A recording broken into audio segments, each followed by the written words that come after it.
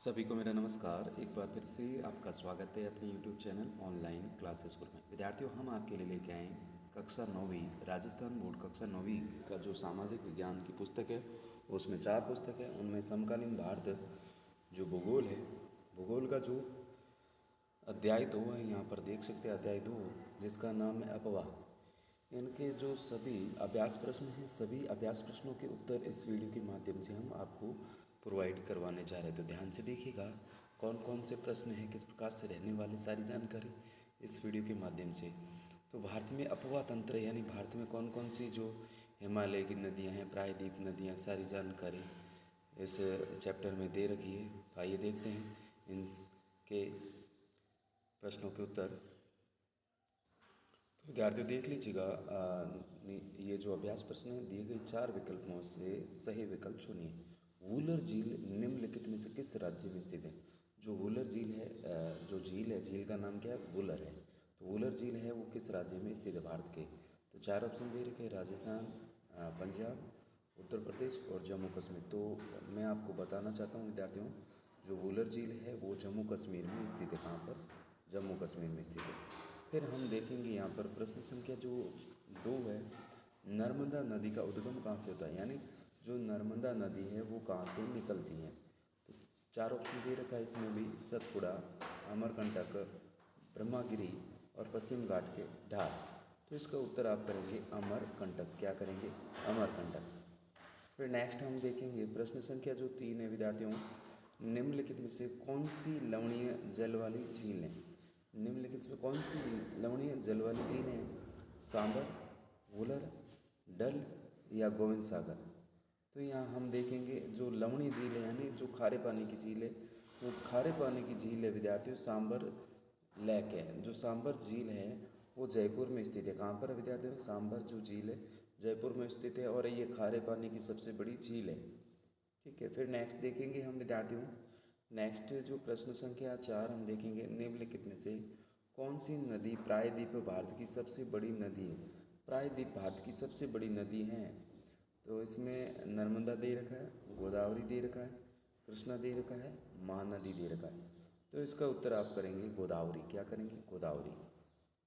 Next देखिएगा, next यहाँ पर हम देखेंगे प्रश्न संख्या जो 5 है, निम्नलिखित नदियों में से कौन सी नदी ब्रंश घाटी से होकर बहती है? ब्रंश घाटी है उससे होकर यानी उससे उसमें से चलती है। तो 4 ऑप्शन दे रखे हैं, महानदी, कृष्णा, तुंगभद्रा, तापी। तो इसका उत्तर आप क्या करेंगे? तापी। क्या करेंगे विद्यार्थियों? तापी। नेक्स्ट देखिएगा, नेक्स्ट यहाँ पर जो प्रश्न है, पहले हम सभी प्रश्न हैं, सभी प्रश्नों को पढ़ लेते हैं, फिर सभी प्रश्नों के उत्तर एक एक करके हम देखेंगे। तो यहाँ पर सबसे पहले जल विभाजक का कार्य क्या है? एक उदाहरण दीजिएगा।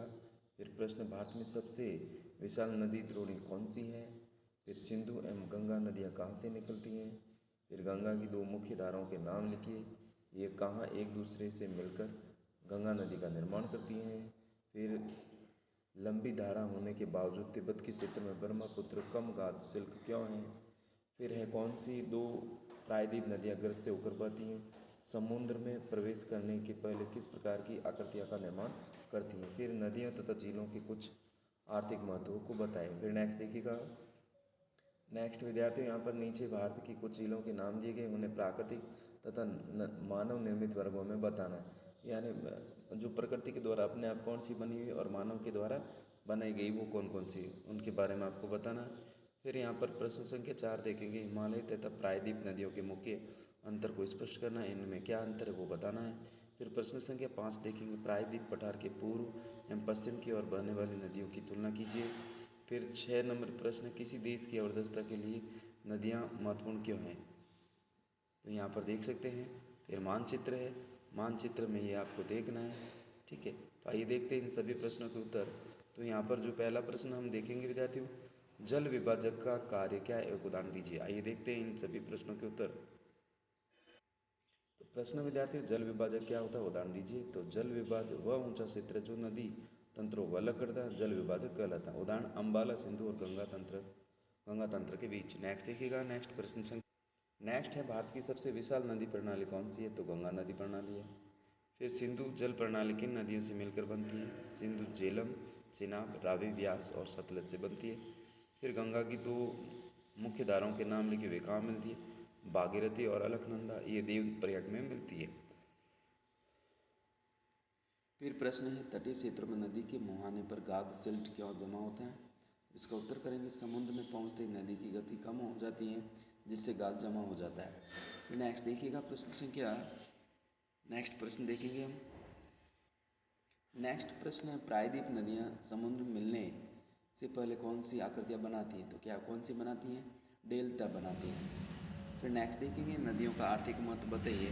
तो नदियों का जो आर्थिक महत्व है, यहाँ पर सिंचाई है, जल विद्युत है, पेयजल है, परिवहन है, मछली पालन है और कृषि के लिए अत्यंत महत्वपूर्ण है। तो विद्यार्थियों, जिसने चैनल को सब्सक्राइब नहीं किया तो प्लीज़ चैनल को सब्सक्राइब कीजिएगा, वीडियो को लाइक कीजिएगा, वीडियो को शेयर कीजिएगा, ताकि मेरे चैनल पर जो वीडियो अपलोड हो आपके पास नोटिफिकेशन पहुंच सके। इस नोटिफिकेशन के माध्यम से अपना सारा संपूर्ण हल कर सकें। तो प्लीज़ वीडियो को लाइक करें और चैनल को सब्सक्राइब करें। नेक्स्ट देखेंगे प्रश्न आप,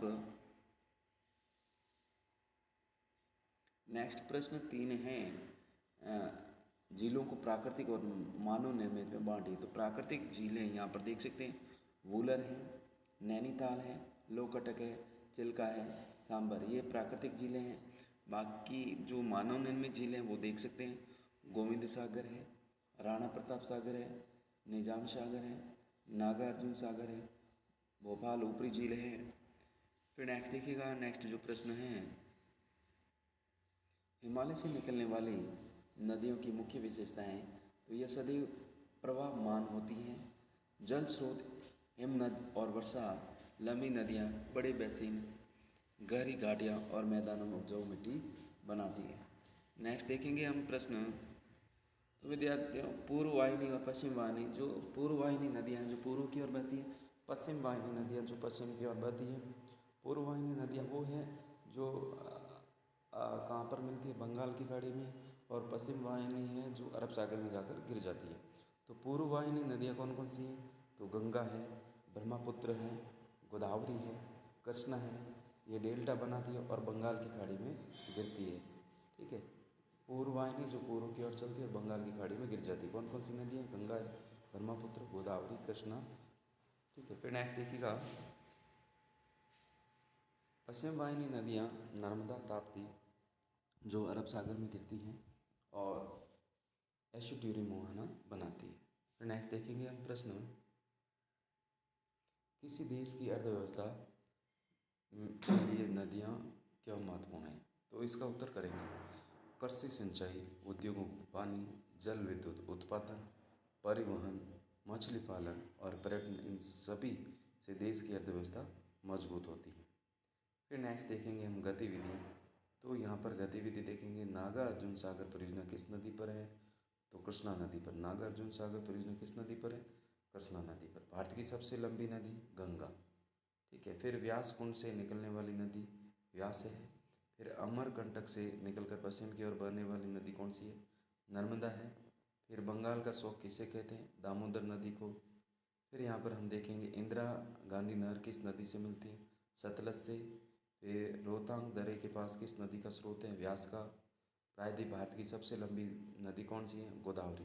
तो इस प्रकार से इस वीडियो के माध्यम से जो आपके अध्याय 3 था अपवाह, इनके सभी अभ्यास प्रश्नों के उत्तर इस वीडियो के माध्यम से आपको प्रोवाइड करवा दिए। Thank for watching. वीडियो देखने के लिए बहुत बहुत धन्यवाद।